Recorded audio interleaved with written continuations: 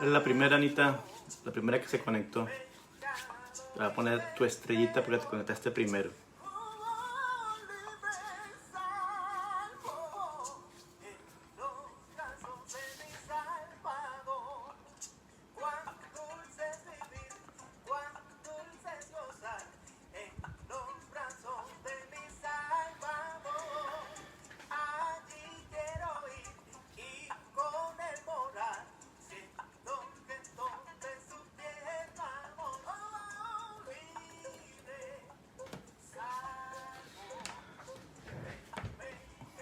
Bueno, antes de que iniciemos con el estudio, quiero decirles que hace 10 minutos acabo de colgar una llamada con un amigo mío. Es el doctor Raúl López Lizarde. Él es director en la Secretaría de Salubridad de aquí del Estado de Nuevo León. Y mañana vamos a hacer una conferencia a través de Zoom para hablar del tema del coronavirus. Él trae ahí unos datos importantes que darnos y como él es mi amigo, tengo mucha confianza, le hice algunas preguntas que me respondió y quiero compartirlas con ustedes, con la iglesia, con la gente que nos sigue, para que sepan cómo está la situación esta del coronavirus. Saludos a Gaviara Castro, Dios te bendiga, Gaviara. Vamos a iniciar el estudio de hoy del Evangelio de Juan.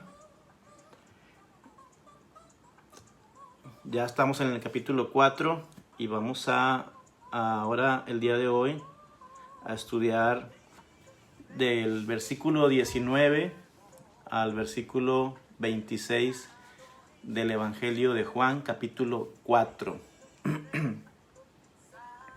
El martes se inició este capítulo con la entrevista, la amistad, la entrevista que tuvieron Jesús y la mujer samaritana.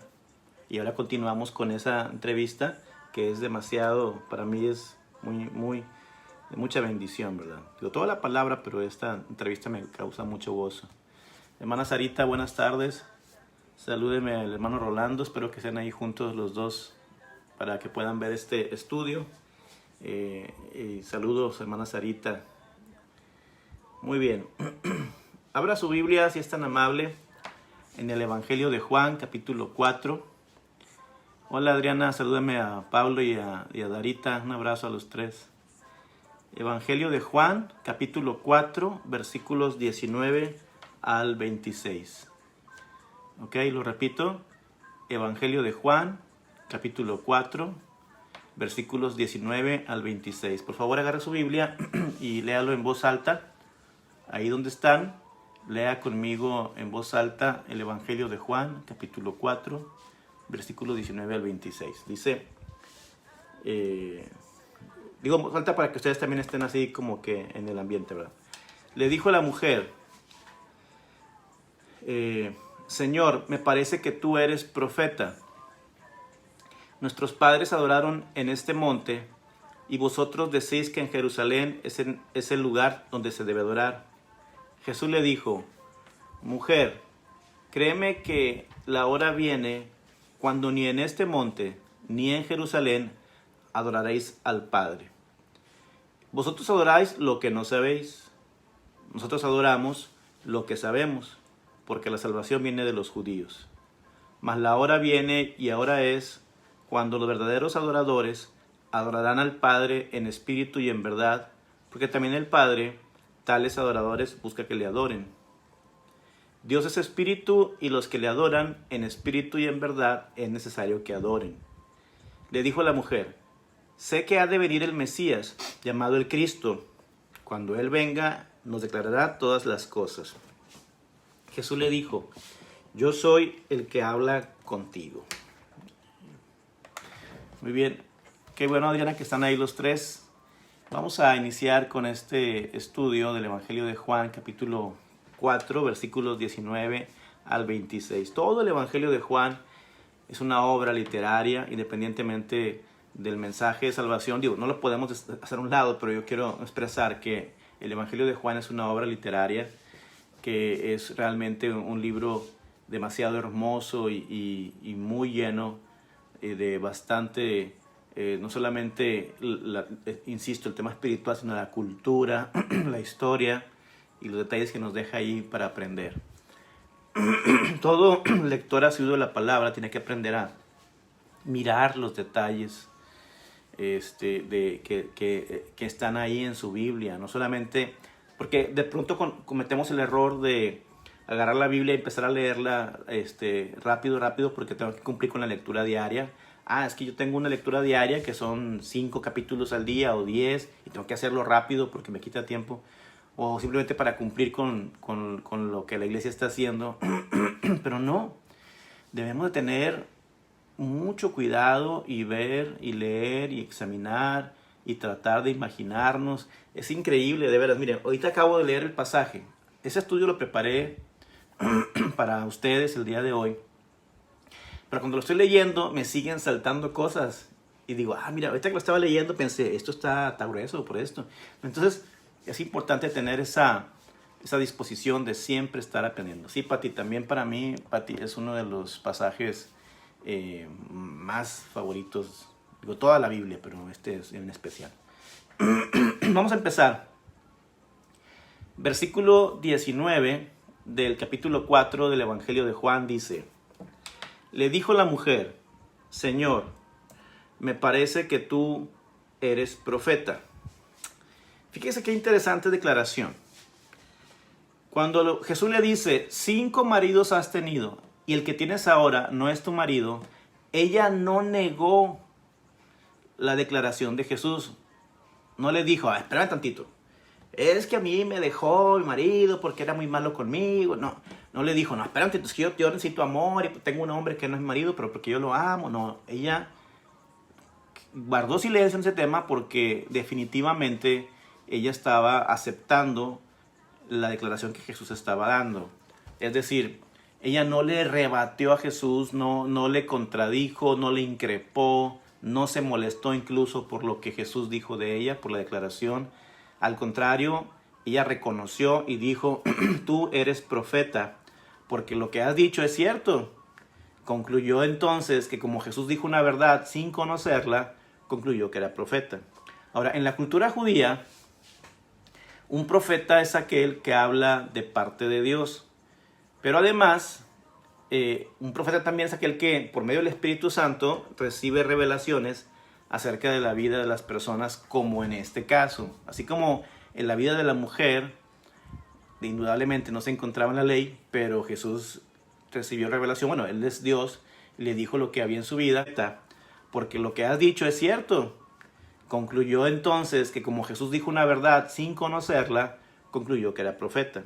Ahora, en la cultura judía, un profeta es aquel que habla de parte de Dios. Pero además, un profeta también es aquel que, por medio del Espíritu Santo, recibe revelaciones acerca de la vida de las personas, como en este caso. Así como en la vida de la mujer, indudablemente no se encontraba en la ley, pero Jesús recibió revelación. Bueno, Él es Dios, le dijo lo que había en su vida. Un profeta recibe revelaciones acerca específicamente de la vida de las personas. Personalmente, para David Almanza, el ministerio profético sigue activo. No en el sentido de escribir más palabra de Dios, puesto que toda la revelación, toda la palabra ha sido ya escrita y no se le puede agregar más, porque ya lo que tenemos es lo que Dios ha querido salvaguardar por los siglos. Pero aún sigue habiendo un ministerio de profecía. Hay gente que recibe iluminación de parte de Dios cuando ora por una persona. A mí me ha pasado en muchas ocasiones, no una, ni dos, ni tres, en muchas ocasiones. Les cuento una rápida. Había una persona que estaba decidiendo irse de misionero a otro país donde Dios le había estado llamando. Y esa persona estaba dudando en irse o no, y le comenta a sus padres que quería irse, les dice el lugar y todo ello. Pero él comenta que no le iba a decir a nadie hasta que Dios le confirmara. La mamá estaba rota en llanto porque era una mujer de mucha oración, y ella sintió que sí era de parte de Dios que él se fuera a hacer misiones a ese país. Y entonces un domingo yo prediqué X, y ella pasa al altar, no tanto por mi sermón, sino por la necesidad que tenía de que oraran por ella, porque ella sentía que su hijo se iba a ir por mucho tiempo a un país lejano, a miles y miles de kilómetros, y que pues era para ella muy complicado.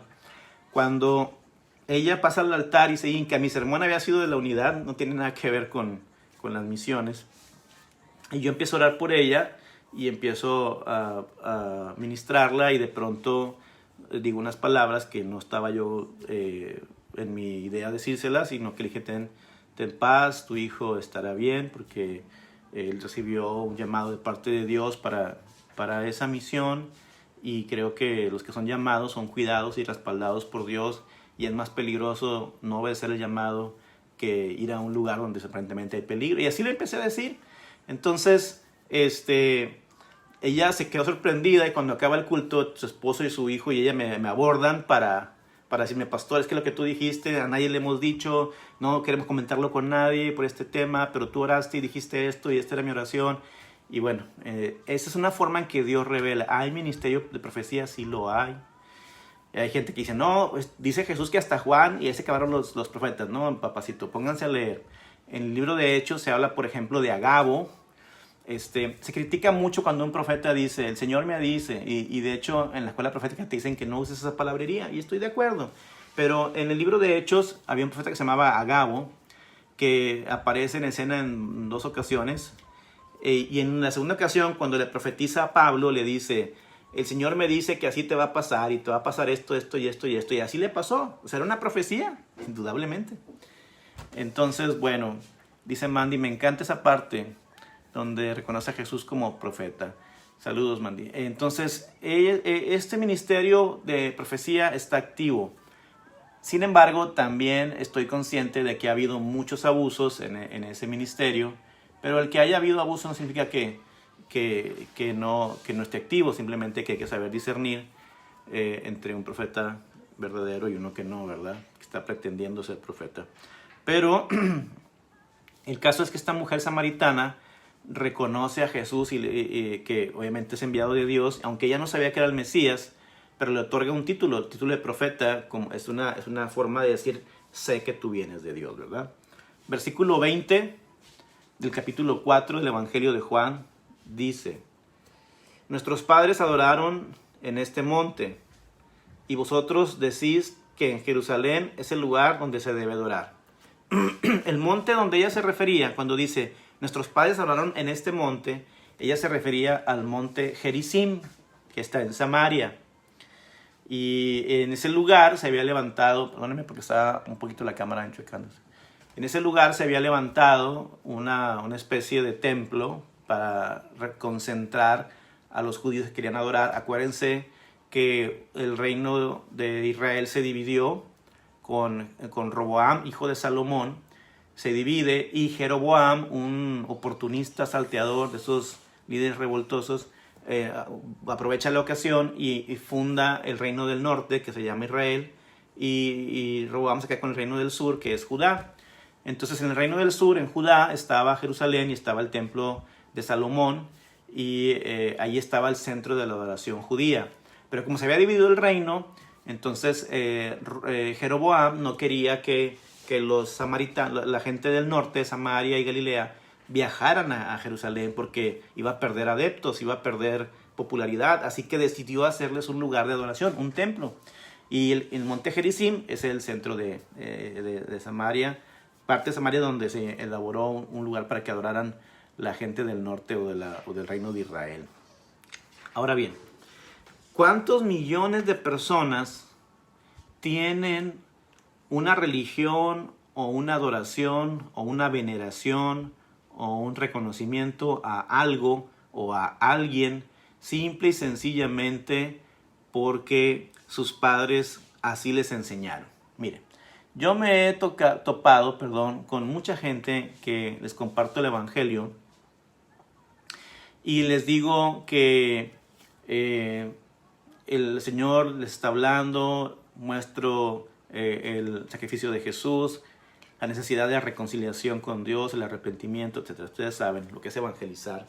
Y entonces la gente me dice: no, pues es que mis papás me enseñaron esa religión y yo tengo que obedecer a mis padres porque mis papás me enseñaron que tengo que hacer esto y hacer esto. Bueno, esta mujer le dice a Jesús, nuestros padres adoraron en este monte. Es decir, son pocos los que se apartan de la religión de sus padres. Ahora bien, es correcto que respetemos a nuestros padres, por supuesto. El quinto mandamiento de los 10 mandamientos de Moisés dice, honra a tu padre y a tu madre. Estoy de acuerdo en que debemos honrar a nuestros padres, pero eso no significa que sigamos ciegamente sus ideas. Yo puedo tener mucho respeto a mi padre y a mi madre, pero eso no quiere decir que yo siga ciegamente sus ideas, porque para eso Dios me dio la capacidad de lo que llamamos el libre albedrío, la capacidad de razonar, de pensar, de emitir un juicio acerca de algún tema. Y creo que tenemos que entender entonces que no todo lo que nos enseñan nuestros padres pudiera ser correcto, hay que revisar, ¿verdad? Así que debemos tomar lo mejor de nuestros padres, pero también tenemos que buscar la verdad. Y cuando vamos a la Biblia, Dios no nos habla de una religión heredada, Dios nos habla de una religión personal, de una relación personal con Él. Así que esta mujer decía, no es que mis padres adoraron acá, y entonces pues por eso nos dijeron que aquí nuestros papás, y Jesús más adelante le va a contestar a esa mujer.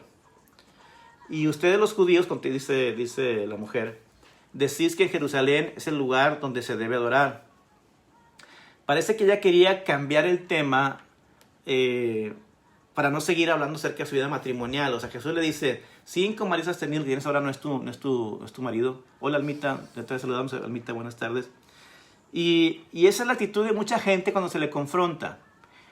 Una de mis hijas, cuando la confrontaba, ella trataba de evadir siempre, cuando era niña, trataba de evadir siempre el regaño o la corrección, evidenciando a sus hermanas en otra área. No, yo la estaba regañando porque no hizo la tarea, no, que tampoco la hizo mi otra hermana. O sea, siempre el ser humano trata de evadir, y mucha gente, la que se le confronta con la palabra de Dios, trata de evadir cuando estamos hablando acerca del pecado, de las consecuencias del mismo.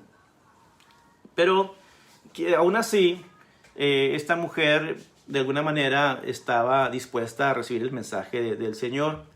Y había una discusión entre judíos y samaritanos en dónde era el lugar correcto para adorar. Ya les expliqué que el reino se había dividido en dos, el reino del sur y el reino del norte, y que entonces en el reino del sur estaba el templo de Salomón, y en el reino del norte Jeroboam edificó un templo para que adoraran ahí. Entonces había esa discusión en cuál era el lugar correcto para adorar.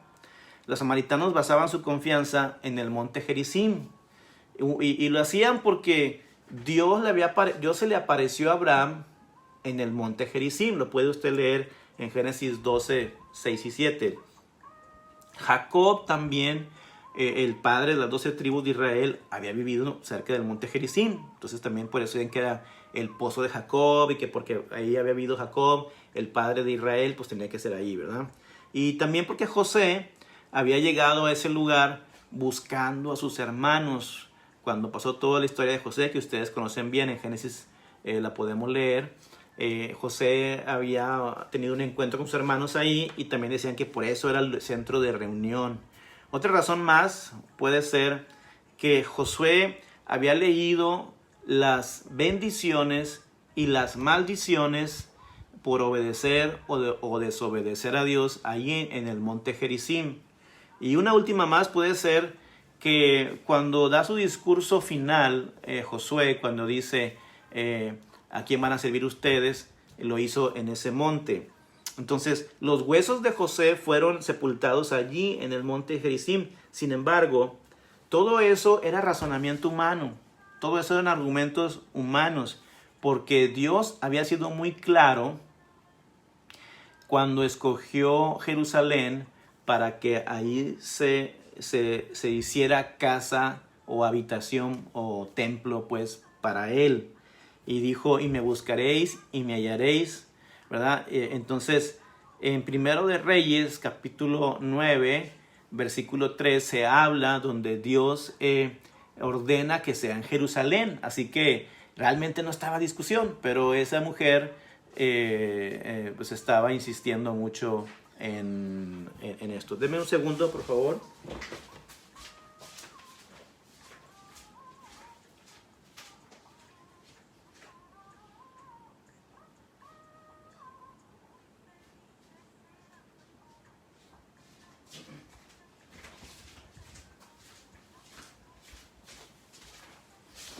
Listo.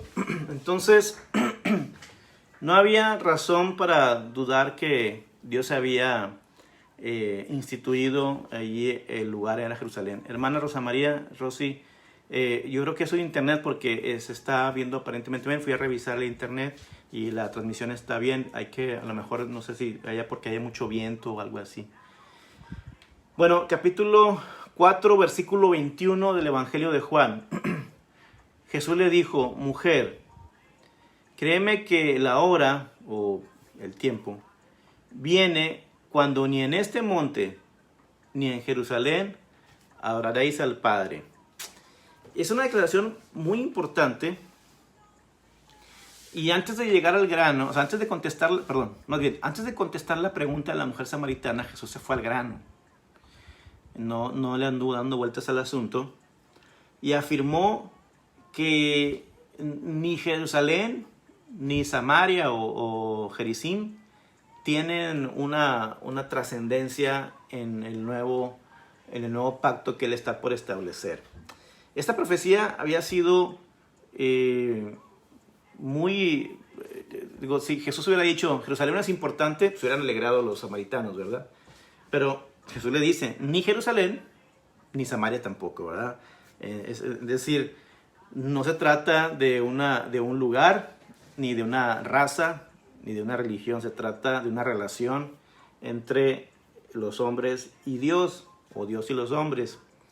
Entonces, aunque sus padres adoraron en este monte, no va a haber necesidad de hacerlo ya más en ese lugar. Más bien ellos serían librados de los requisitos, porque había muchos requisitos, ¿verdad?, para adorar a Dios y entonces, dice, no te preocupes, ya no es necesario ir a Jerusalén, tampoco es necesario estar aquí en Gerizim, porque no estamos buscando eso. Y ahorita, a continuación, lo que voy a decir es importante. Dice, capítulo 4, versículo 22. Vosotros adoráis lo que no sabéis.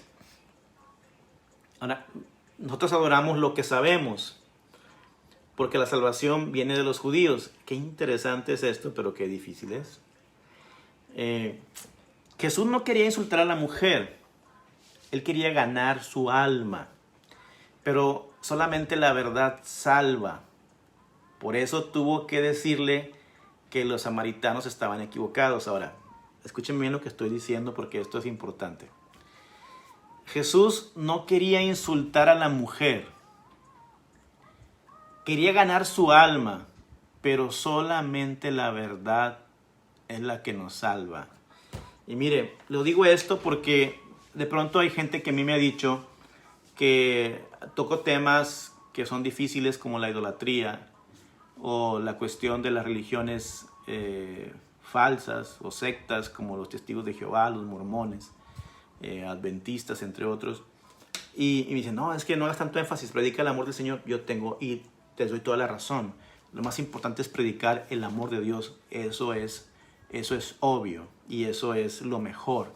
Sin embargo, no podemos negar que hay religiones que son que tienen a Cristo pero además tienen una playa de otras cosas que no son Cristo. Entonces, cuando tú le dices a alguien, una persona que nació en un hogar católico, por ejemplo, le dices, no, pues es que tienes que recibir a Jesús. Él te va a contar, yo lo recibo los domingos en la hostia. No, pero es que no debe tener ídolos. O dice, no, es que Dios es amor. Sí, Dios es amor y por eso el amor me salva. Y el Padre, entonces ellos te empiezan a evadir. Entonces sí, la luz del mundo es una secta terrible, ¿verdad? Entonces, por eso tenemos que ir a la verdad. Y la verdad a veces duele, pero la verdad salva. Y eso mucha gente no lo entiende. Y yo sé que es difícil, pero la verdad salva. Ahora, claro, no la verdad no la verdad cruel, no la verdad imprudente, porque hay gente que cree tener la verdad y yo tengo que decir la verdad, pues si pero eres imprudente y no es la forma de decir las cosas. Entonces tiene que ser una verdad expuesta con amor, una verdad expuesta con bases bíblicas, una verdad expuesta con el propósito de edificar y no de destruir. Así que, aunque los samaritanos confesaban adorar al Dios verdadero, en realidad para ellos, como lo era para los atenienses, era un Dios que no conocían, porque su culto se basaba en prácticas paganas. Voy a recapitular. Roboam, el hijo de Salomón, tuvo un problema con los ancianos del pueblo y Jeroboam, oportunista, aprovechó ese problema y se dividió el reino en dos naciones. El reino fuerte se dividió en dos naciones débiles.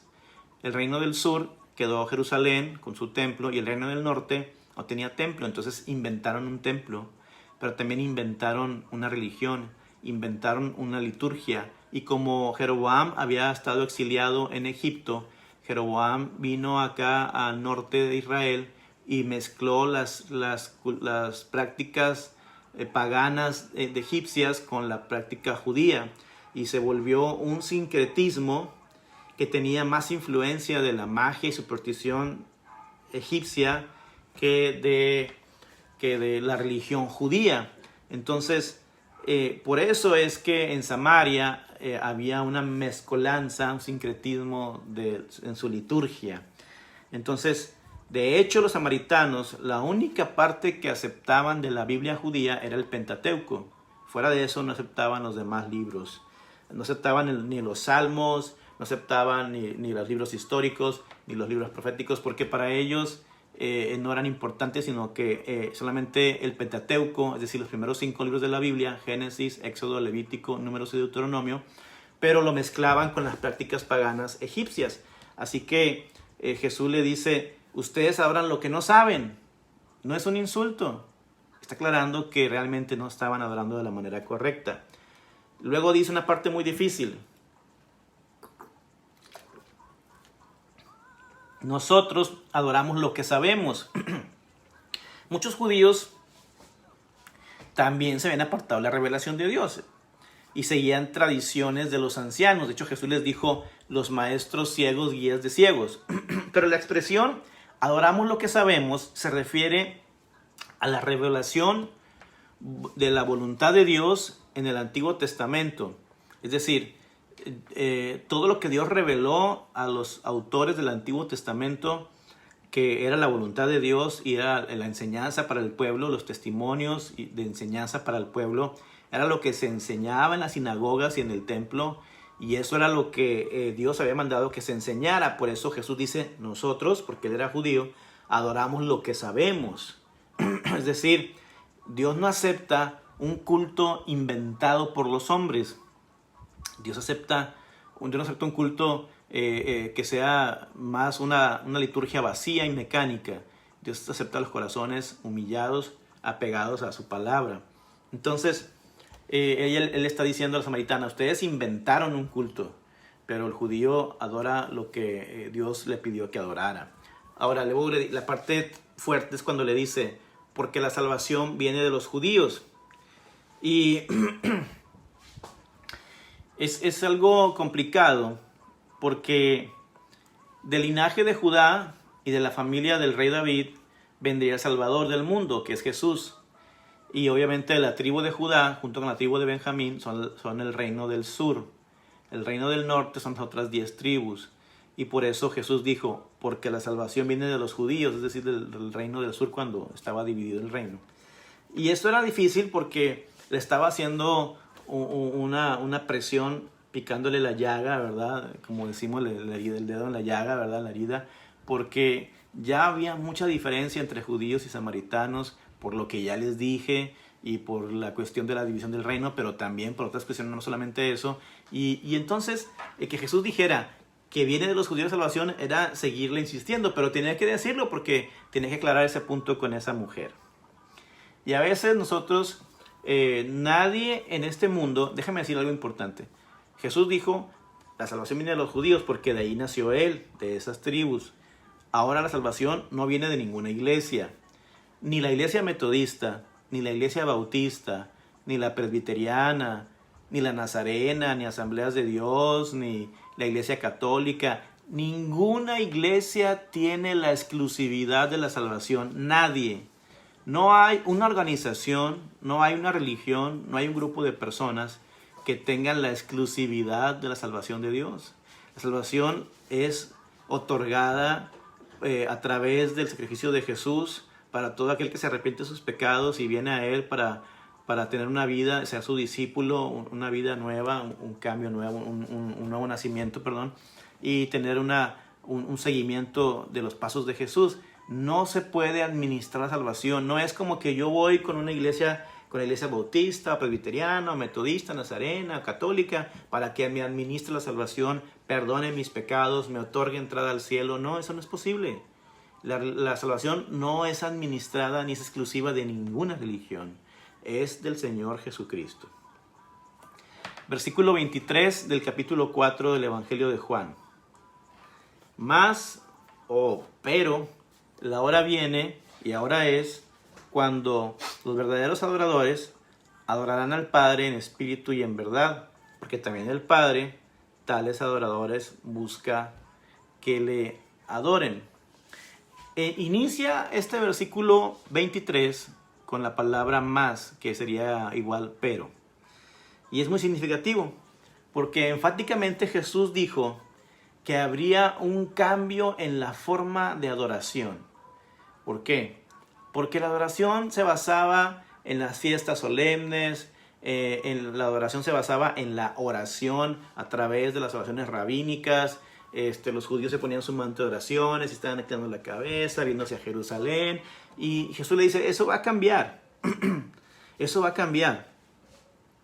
No dijo que los gentiles tuvieran que guardar la ley, dijo que todo eso iba a cambiar. Entonces Él dice, la hora viene y ahora es cuando los verdaderos adoradores adorarán al Padre en espíritu y en verdad. Como la conversación y el tema es espiritual, también la adoración que Jesús está proponiendo es espiritual. Él va a trascender de lo natural a lo espiritual. Él empezó con dame de beber y terminó hablándole del agua de vida eterna y de una adoración correcta. Ahora, la morada de Dios no es ni en este monte ni en Jerusalén. Insisto, no podemos decir que la salvación de Dios sea solamente exclusiva de una iglesia, de una religión. La iglesia metodista nos salva, la iglesia bautista nos salva, la iglesia presbiteriana nos salva, la iglesia católica nos salva. Es decir, no es exclusivo de una religión, de una organización, de una iglesia. La salvación viene de Dios. Entonces, así también la adoración es para el Señor, del espíritu, del corazón agradecido del hombre hacia Dios. Así que el templo o el lugar no es necesario, no es importante, no es trascendental para una correcta adoración, porque no se trata de un templo, no se trata de un lugar, no se trata de una religión u organización, sino que se trata de los verdaderos hijos de Dios entregando su corazón. El templo de Dios ahora somos nosotros. Por eso dice la palabra que decidió Dios habitar ahora en piedras vivas. Es decir, somos templo del Espíritu Santo. Antes y muchas veces todavía usamos esa frase que decimos la casa de Dios. La casa de Dios somos nosotros, no es un templo. De hecho, la palabra de Dios dice, Dios no habita en templos hechos por manos de los hombres. Y hay una pregunta que dice la palabra, ¿quién te podrá contener? Eso es una exageración nuestra. Nosotros somos el templo de Dios. Nosotros somos piedras vivas donde habita el Espíritu Santo, si es que lo dejamos habitar. Obviamente no es que todos los seres humanos seamos templo de Dios, no. Porque los seres humanos somos creación de Dios, pero no todos somos hijos de Dios. Por eso el apóstol Juan, en el capítulo 1, versículo 12, dice que los que le reciben, es decir, los que se convierten en sus discípulos, llegan a ser hijos de Dios. Y Juan mismo, en la primera carta que escribe, capítulo 3, habla de los hijos de Dios y los hijos de otra persona. Es decir, él hace una diferencia, no todos son hijos de Dios. Todo ser humano es creación de Dios. Pero para ser hijo de Dios se requiere seguir los pasos de Jesús, ser discípulo de Jesús, reconciliarse con el Padre, agradar al Padre, vivir una vida de santidad, etc. Entonces, no es como que el que nació ya es hijo de Dios. No, tiene que tener una experiencia personal con el Señor. Y luego dice, porque también el Padre, tales adoradores, busca que le adoren. Bien. Bajo la dispensación mosaica o bajo la ley de Moisés en la religión judía, Dios requería que su pueblo ofreciera sacrificios únicamente en Jerusalén. Pero ahora, bajo la ley de Cristo, el sitio indicado para ofrecer una ofrenda es el corazón. Por eso decimos, alabado sea el Señor en nuestros corazones. El sacrificio de alabanza es el fruto de labios que glorifican su nombre. Es el hacer el bien, el ofrendar para tener comunión con los que predican el Evangelio, el congregarse, el perdonar, el leer la palabra, el permanecer en oración. Todos estos son actos de servicio que son agradables delante de los ojos de Dios porque proceden del corazón. Por eso tenemos que entender que no se trata de una liturgia, no se trata de repetir una frase, no se trata de que alguien me administre la salvación o me administre el perdón. Se trata de una relación entre Dios y yo. Y cuando yo estoy relacionado con Dios y soy sincero en mi relación, puedo dar ofrenda de olor fragante, olor grato a su presencia. Así que Dios viene a buscar a los perdidos para que se hagan adoradores de Él.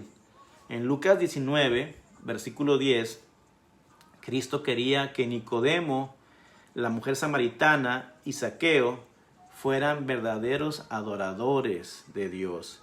Dios no quiere salvarnos nada más para que seamos solamente unos robots. No, quiere que tengamos una decisión plena de servirle y adorarle. Versículo 24 dice, Dios es espíritu y los que le adoran en espíritu y en verdad, dice, es necesario que adoren. Muy importante.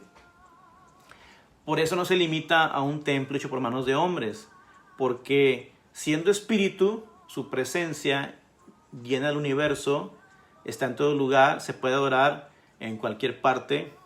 Y la Biblia habla figuradamente de que los ojos de Dios, los oídos de Dios, las manos de Dios, las alas de Dios, Moisés dio la espalda de Dios, pero todo eso es solamente una forma de que podamos entender, porque Él no tiene cuerpo, Él es espíritu.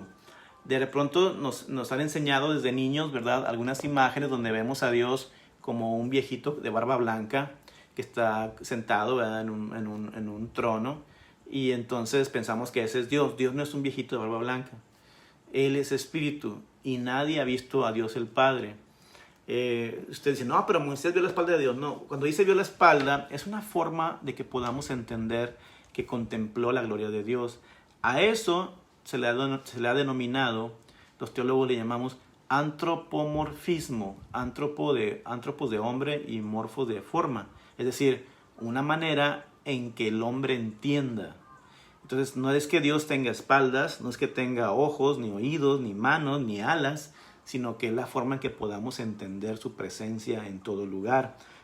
Él es eterno, Él es omnipresente, Él es omnisciente, Él es todopoderoso, omnipotente, y debe ser adorado con toda reverencia.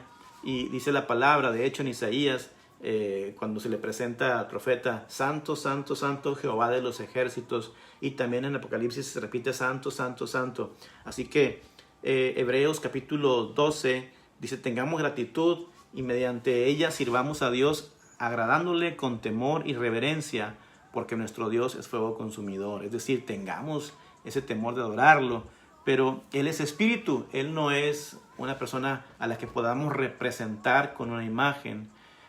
porque nadie le ha visto y por lo tanto no tiene forma. Y luego tenemos el Espíritu Santo también, que es la tercera persona de la Trinidad, y también es Espíritu. Solamente Jesús tiene forma. Jesús es hombre y es Dios, y solamente a Él se le ha visto, pero pues no tenemos una imagen de Él, obviamente. Y que no podemos, por eso dice Isaías 40, ¿a qué imagen me compondréis o a qué imagen me compararéis? Dice el Santo de Israel, dice Isaías 40. Y luego dice, y los que le adoran en espíritu. Adorar en espíritu, viene otras frases como por ejemplo en Efesios capítulo 6, 18, que oremos en el espíritu, por ejemplo, dice. Entonces lo que se está diciendo es que nuestra adoración no sea carnal, es decir, para diversión, ni superficial, es decir, frívola, ni tampoco sea por llamar la atención, que no sea por egocentrismo, porque a veces hay gente que nos gusta que nos vean, pues que me vean, y que me vean predicar, y que me vean hablar, y que me vean. Él quiere sacrificios espirituales, no solamente una expresión vacía. Busca adoradores en espíritu, es decir, que sean adoradores sinceros, con sacrificios espirituales, no solamente en la reunión dominical del domingo, porque ya lo he dicho otras veces, el domingo hay gente que va y levanta las manos y llora, ay Señor, mi Salvador, pero luego afuera es una persona totalmente diferente. Y Romanos 12, capítulo 1 y versículo 2 dice que presentemos nuestros cuerpos como sacrificios vivos. Entonces se habla de un sacrificio vivo, de una vida cotidiana de adoración a Dios. No habla de una liturgia mecánica que se repite, que ya inclusive hasta dormidos podemos repetir. No, él habla de una adoración viva. Y recordar que Dios no habita, insisto, en templos hechos por manos humanas. Y no debemos pensar que la divinidad es semejante a oro, a plata, piedra, madera, escultura de arte, imaginación de los hombres. Eso lo puede leer en Hechos 17. Entonces, es necesario que la adoremos de corazón. Por eso Romanos 6, 17 dice que lo hemos obedecido de corazón. Es decir, con entendimiento, en buena voluntad, en amor y con gozo, con felicidad. Entonces, por eso, 2 Corintios capítulo 8, versículo 24, dice, mostrad la prueba de vuestro amor. Y 2 Corintios capítulo 9, versículo 7, dice, cada uno dé como propuso en su corazón. Está hablando otra vez del corazón. Es necesario, yo quisiera decir que es necesario evitar dos cosas en nuestra adoración. El culto basado en mandamientos de hombres. Recientemente, he tenido de pronto a lo largo de los años, ¿verdad? De mi fe en Cristo, diferencias con amigos, familiares, incluso, incluso con otros teólogos o pastores, y empiezan a sacar conclusiones acerca de la forma de adoración, incluso de la Santa Cena. Y uno de ellos me insistía hace un tiempo atrás, un muy amigo mío que es un año o dos mayor que yo y que tuvimos una amistad muy fuerte, pero él es de otra denominación, otra iglesia, y él decía, ¿por qué ustedes los cristianos se atreven a nada más a tomar la comunión una vez al mes? Ustedes están tomando para sí la palabra y la están modificando a su antojo. ¿Y quién les autorizó para tomar la palabra a su antojo? Porque dice la Biblia que cada primer día de la semana y bla, bla, bla, bla, bla, bla. Hermanos, eso yo le dije, mira, tú dices que no tengo autorización para cambiar, que cada semana no tomar la comunión, pero tú estás cambiando también la palabra, porque Jesús tomó la Santa Cena en jueves, no en domingo. La tomó con sus discípulos un día antes de ser crucificado. Entonces, de repente, mi punto es que a veces hemos hecho mandamientos de hombres como si fueran mandamientos de Dios. Por ejemplo, de pronto hay iglesias que no dejan que la mujer se ponga pantalón, tiene que ser falda. Porque si usa pantalón es abominación a Jehová. Hermanos, por favor. En la época del apóstol Pablo, cuando se escribió Corintios y cuando se habla de la mujer y su vestidura, no existían los pantalones. Hombres y mujeres usaban naguas o enaguas, o como se dice, faldas, túnicas. No existían pantalones. Entonces, el pantalón, de hecho, se hizo por ahí del siglo XIV o XII, no me acuerdo, para que no se vieran las piernas de las mujeres. Pero de pronto hemos querido nosotros poner dogmas o poner mandamientos que no están en la Biblia. Hay iglesias que dicen, aquí no puede haber instrumentos musicales porque el instrumento musical es del diablo, ¿verdad? Y tiene que haber, no puede haber batería, ni guitarra, ni bajo, porque eso se oye mal y es del diablo. Y hay otros que dicen, no, aquí tiene que haber música, porque la música, dice la Biblia, Salmo 150, que alabar a Dios con címbalos y con... Entonces, hermano, no, o sea, el culto no puede estar basado en los criterios del hombre. El culto debe ser una adoración al Señor. Y dos, el culto, aunque tenga una formalidad, no debe de ser frío.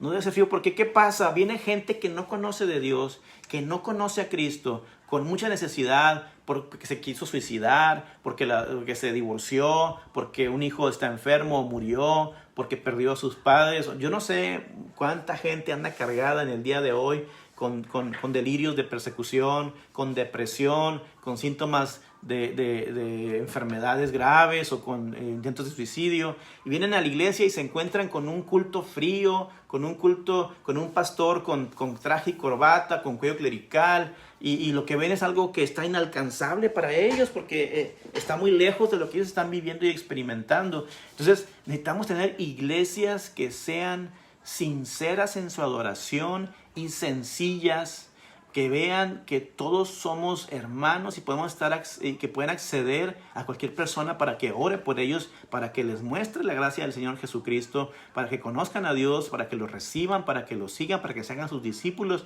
Y para eso necesitamos un culto que, aunque sea formal, sea un culto sencillo, donde se muestre una correcta adoración a Dios, sin caer en liturgias mecánicas y vacías, que muchas veces lejos de acercar a la gente la alejan. Y yo sé que hay muchos puntos a debatir y que seguramente amigos míos teólogos me van a decir, no, es que lo tradicional es lo más correcto porque los himnos tienen un montón de doctrina y no sé. Pues sí, pero mira tu realidad. La Biblia dice que los hijos de Isaacar eran entendidos en los tiempos, y mira la realidad, las iglesias tradicionales están quedando vacías. Porque en nuestros tiempos el ser humano está lleno de tantas cosas que tiene un hartazgo de todo, y lo que necesita es un Dios cercano. Por eso Jesús dijo, Emmanuel, Dios con nosotros. Por eso Juan dijo, que vino y habitó entre nosotros. Juan 1:14. Se hizo hombre y habitó entre nosotros. Y vimos su gloria como la unigénito del Padre, lleno de gracia y de verdad. O sea, no vino Jesús y se subió a un monte con un castillo de oro. Aquí soy yo, Dios, aquí adórenme. No, Él vino y se hizo hombre y habitó entre nosotros. Se ensució sus sandalias, se mojó sus pies, tomó agua, durmió en la calle, comió lo que le daban a la gente pobre, gente rica. Él estaba con la gente. Jesús nos enseña que es necesario preparar nuestro corazón para adorar a Dios, para tener misericordia de la gente que no le conoce y enseñarles adoración. Así que tenemos que tener eso muy en cuenta, hermanos. ¿Por qué asistimos al culto de adoración los domingos? Para ver a las personas, pues una parte de que sí, pero también para ser vistos, no. No asistimos para alabarnos nosotros, asistimos para alabar al Señor. Y eso es ir con toda una disposición. Mucha gente me ha dicho, es que yo no siento nada en el culto. Pues no sientes porque tú no quieres, pero tú vas, el que va dispuesto a recibir, recibe. Así que después de cada reunión debemos preguntarnos, ¿alabé a Dios con todo mi corazón? ¿Soy sincero en mi adoración? Y eso va a ser importante para su vida.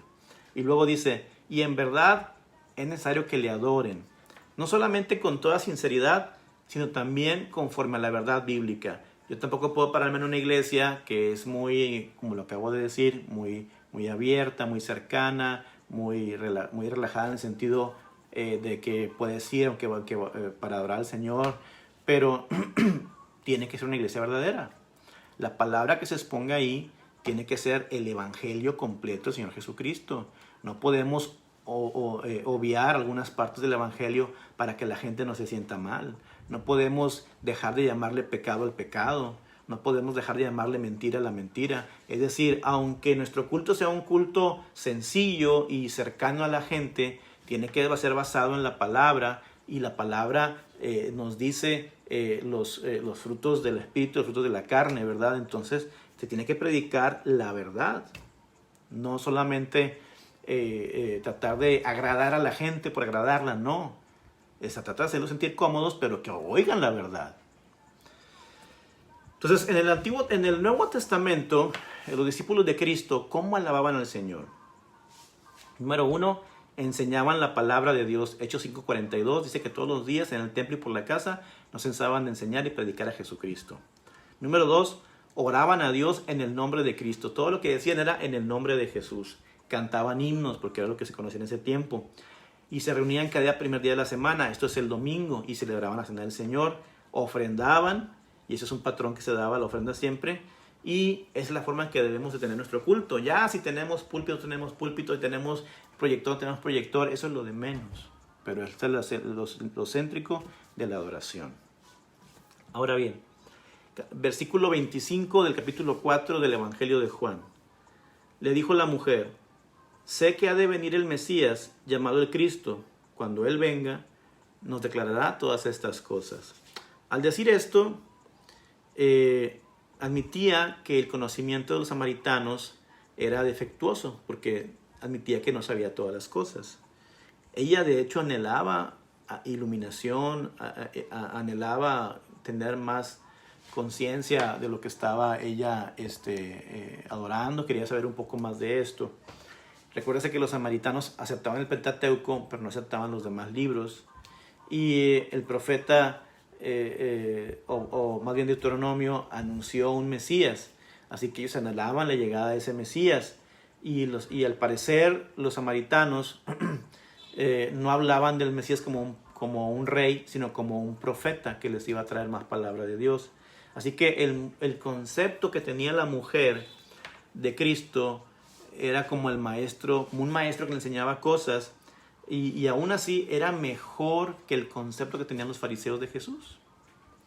Por eso le dice que ella espera que el Cristo venga y le enseñe. Y luego Jesús le contesta en el siguiente versículo 26. Jesús le dijo: yo soy el que habla contigo. Comúnmente Jesús no habló con tanta franqueza acerca de su identidad. Él, cuando le hacían preguntas como esta, él no contestaba tan directamente, pero aquí le contestó a la mujer: yo soy el Mesías. Y luego vuelve a hacerlo también con el que nació ciego, en el capítulo 9, versículo 37 de aquí del Evangelio de Juan. Cuando Pedro lo confesó, mandó a sus discípulos que no le dijeran a nadie que él era el Mesías. Cuando Pedro dijo: tú eres el Cristo, el Hijo de Dios viviente, Jesús les dijo: no le digan a nadie. Pero a esta mujer sí le dijo. A esta mujer sí le dijo que él era el Mesías.